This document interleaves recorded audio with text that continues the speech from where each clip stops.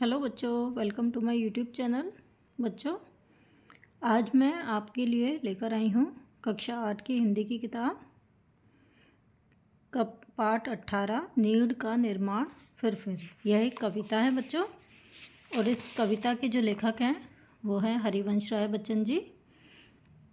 बच्चों, क्या आप जानते हैं हरिवंश राय बच्चन जी कौन हैं? जी हाँ, ये हमारे जो सदी के महानायक हैं अमिताभ बच्चन जी, ये उनके पिताजी हैं और ये हिंदी के बहुत ही प्रसिद्ध कवि रहे हैं। तो पहले हम इनकी जीवनी के बारे में पढ़ते हैं कि डॉक्टर हरिवंश राय बच्चन का जन्म 27 नवंबर सन 1907 को इलाहाबाद, वर्तमान प्रयागराज में हुआ। इनकी रचनाओं में मधुशाला, मधुकलश, निशा निमंत्रण, एकांत संगीत, सतरंगिणी, क्या भूलूं क्या याद करूं आदि विशेष प्रसिद्ध हैं। इनका निधन 18 जनवरी सन 2003 ईस्वी को मुंबई में हो गया।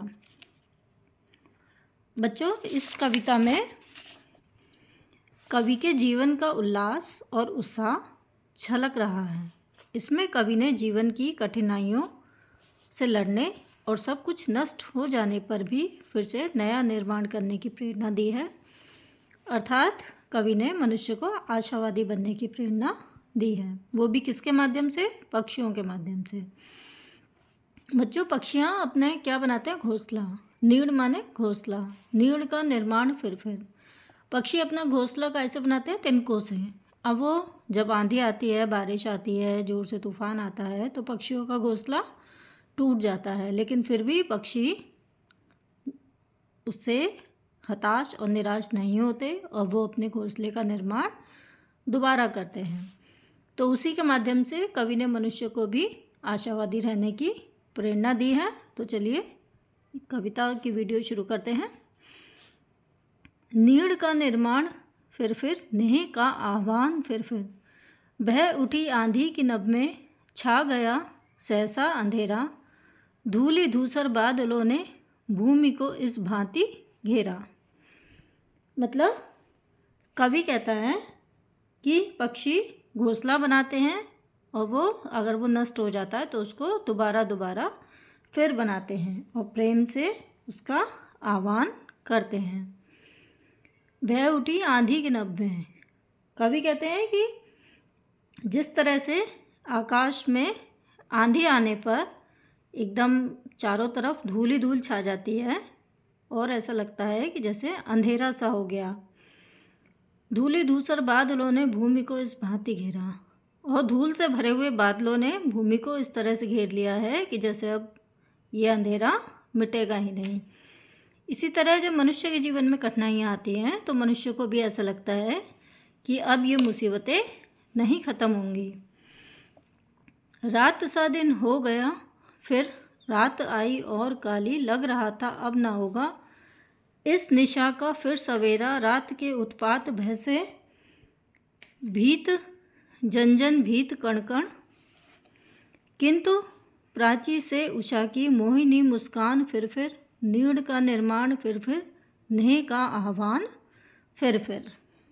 और कवि कहते हैं कि अब ऐसे मौसम में जब चारों तरफ धूल ही धूल है और लग रहा है कि जैसे अंधेरा हो गया, तो रात के आने पर और ज़्यादा भयंकर अंधेरा हो जाता है और फिर ऐसा लगता है कि जैसे अब ये सवेरा दोबारा होगा ही नहीं। और रात इतनी भयंकर लगती है कि उससे जो हर व्यक्ति है वो भयभीत हो जाता है और प्रकृति का कण कण भी भयभीत हो जाता है। किंतु प्राची से उषा की मोहिनी मुस्कान फिर। प्रातःकाल होने से पूर्वी दिशा लालिमा युक्त होकर एक नई आशा को फिर से जगा देती है, और यह लालिमा उसी तरह मुस्कान देने वाली होती है जैसे कि पक्षी घोंसला बनाते हैं और फिर से प्रेम का आह्वान करते हैं। बह चले झोंके की कापे भीम, कायावान भूधर, जड़ समेत उखड़ पुखड़ कर गिर पड़े टूटे विटपवर। हाय तिनको से विनिर्मित घोंसलों पर क्या न बीती डगमगाए जबकि कंकड़ ईंट पत्थर के महल पर। कवि कहते हैं कि जब आंधी आने पर हिलते हुए झोंके बहते चलते हैं और जो पर्वत हैं वो विशाल पर्वत वो कैसे लगते हैं, उनके शरीर और ज़्यादा भयंकर शरीर वाले। और आंधी के आने पर बड़े बड़े जो पेड़ हैं वो जड़ से टूटकर गिर पड़ते हैं। तो फिर ऐसे में हाय तिनकों से विनिर्मित पक्षियों के घोंसले कैसे बने होते हैं, तिनकों से, तो उन पर क्या नहीं बीतती, मतलब उनका तो फिर नामो निशान ही नहीं रहता। डगमगाए जबकि कंकड़ ईंट पत्थर के महल पर।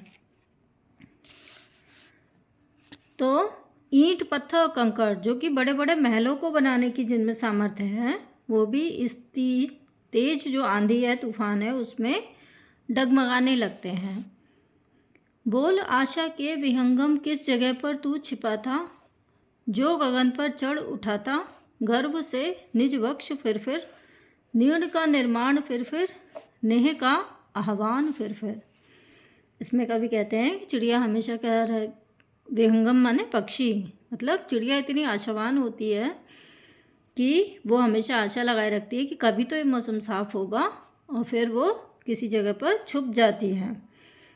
और जैसे ही मौसम साफ़ होता है फिर वो आसमान में गर्व से उड़ता हुआ फिर दिखाई देता है और फिर वो घोंसला बनाने के लिए दोबारा तत्पर हो जाता है और प्रेम से आह्वान करता है।